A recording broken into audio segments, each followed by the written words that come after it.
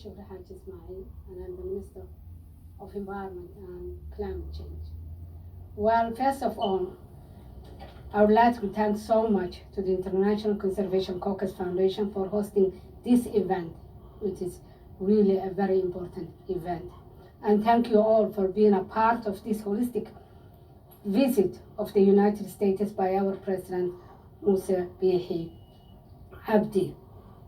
It's a privilege today to meet with the ICCF, your board members and donors about Somaliland's progress and the opportunities for greater partnership between the US and the Somaliland that lie ahead. Let me briefly touch on the history of Somaliland because learning about our past is essential to understanding our aspirations for the future. Somaliland lies in the Horn of Africa, on the southern coast of the Gulf of Aden. It is bordered by Djibouti to the northwest, Ethiopia to the southwest, and Somalia to the east. It has an area of 176,120 square kilometers, with approximately 5 million people.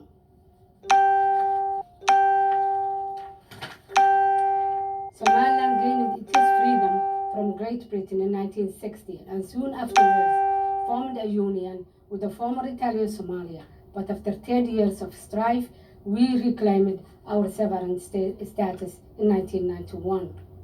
Since then, we have built a democratic system of government, advanced economic growth, and ensured the security of our people. Despite lacking recognition as a sovereign nation, our location in a difficult neighborhood. Our location is in a difficult neighborhood. It has been nearly 10 years since a delegation of this nature visited the United States. Since that time, the geopolitical environment in the Horn of Africa has evolved considerably, bringing Somaliland's interests and U.S. interests further and further into alignment. One of these areas of alignment is a shared recognition of this importance of conservation and environmental protection. Somaliland's climate and unique challenges. Somaliland is blessed with a diverse ecosystem, home to many species of wildlife and vegetation, large mountain ranges, and more than 850 kilometers of coastline with pristine beaches, coral reef, and rich marine life. Unfortunately, Somaliland faces serious environmental and conservation challenges. We are on the front line of a climate change, and climate change is real in Somaliland. The overall climate of Somaliland is monsoonal, with the majority of rains coming from the southwest monsoon.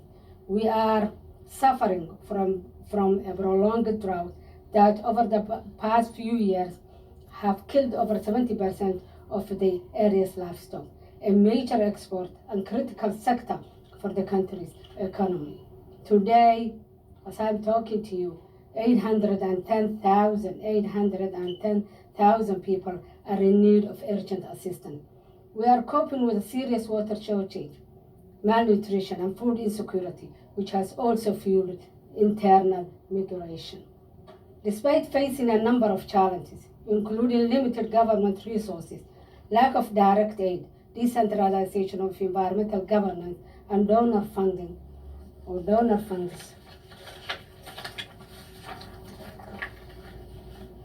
allocated mainly to social programs. We are undeterred of our fight against climate change, which is led by our minister. What Somaliland is doing? What is our government literally doing?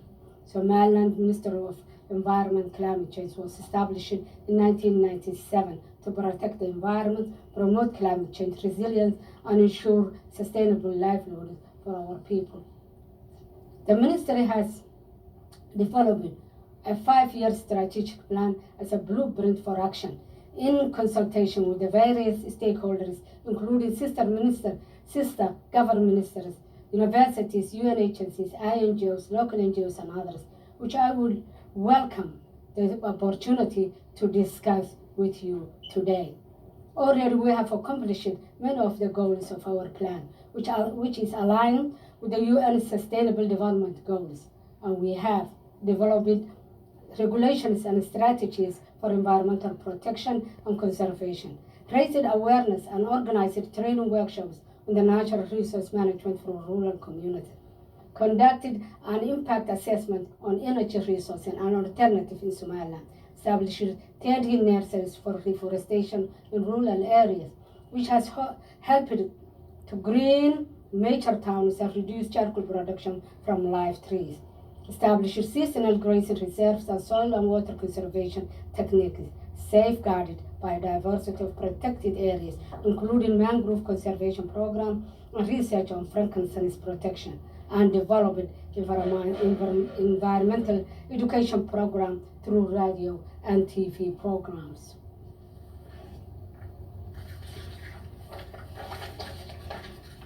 Somalia is also playing a crucial role to fight to curb cheetah smuggling in the Horn of Africa, which is a major transit route for wildlife traffickers seeking to access market on the Arabian Peninsula. When we began this work, cheetah population in the region were dwindling. In the past several years, Somaliland has worked closely with the international wildlife organizations, including the Cheetah Conservation Fund and other international partners, to save and rehabilitate these precious animals. The cheetah sanctuaries and wildlife refuge created through our partnership with CCF have played a significant role in rebuilding cheetah population in our country. Somaliland also works to ensure that traffickers do not exploit our territory for their criminal activities.